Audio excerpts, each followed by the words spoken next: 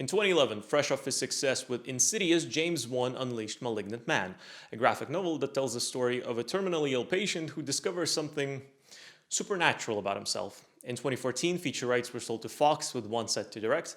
2016, Brad Peyton joins the project in director's capacity. 2017, Peyton leaves with Rebecca Thomas replacing him as the director. The film title changes to Malignant and then nothing.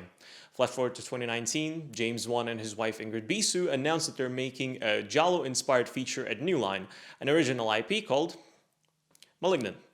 Wan being a fan of adjectives for movie titles is nothing new, but something just didn't add up. The same exact title, one being the helmer of the project, and the promise of something entirely new and different from the filmmaker's body of work. Well, I just saw Malignant last night, having read Malignant Man, and I'm simply in disbelief that something this outre and shockingly idiosyncratic was released under the WB New Line banner, as Malignant takes the very essence of one's already eccentric graphic novel and dials it up to absolute horror extremes. Obviously, I loved it. The premise is deceptively simple. After experiencing a traumatic event in the form of a violent break-in, Madison, played by Annabelle Wallis, is now being tormented by the hauntingly real visions of vicious murders. In them, a dark figure by the name of Gabriel always appears as the perpetrator of violence, striking what at first appears to be a random selection of victims. Or is it? Malignant is the definitive showcase of Wan's formal sensibilities, a filmmaker grappling with the identity of modern horror through the lens of genre's past, experimenting with personal tropes to craft something eminently sincere and entirely singular. It's quite interesting to look at it in the context of his filmography, almost as if walking through Wan's house of horrors. The Jigsaw-like killer appearance exists within the same space as the distinctly fantastical, CGI-laden realm transitions a la Insidious, only to then pave the way for a Spider-Cam action sequence straight out of Aquaman and a very death sentence-like venture into emotional vulnerability and familial trauma.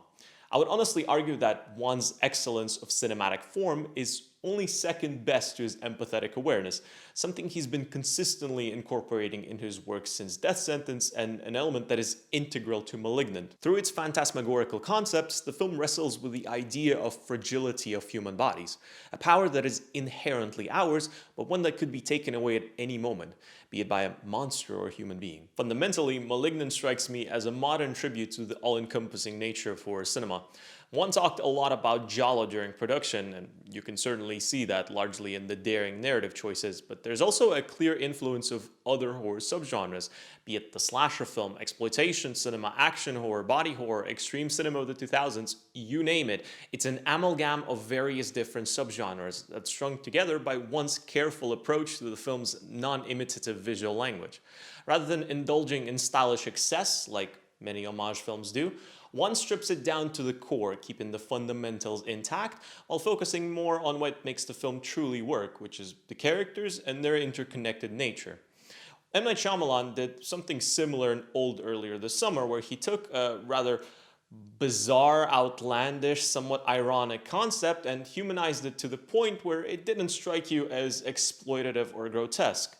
Malignant absolutely goes for some of the boldest swings I've seen in mainstream horror filmmaking this side of Japan, yet most of it pays off because of our investment in Madison's character arc.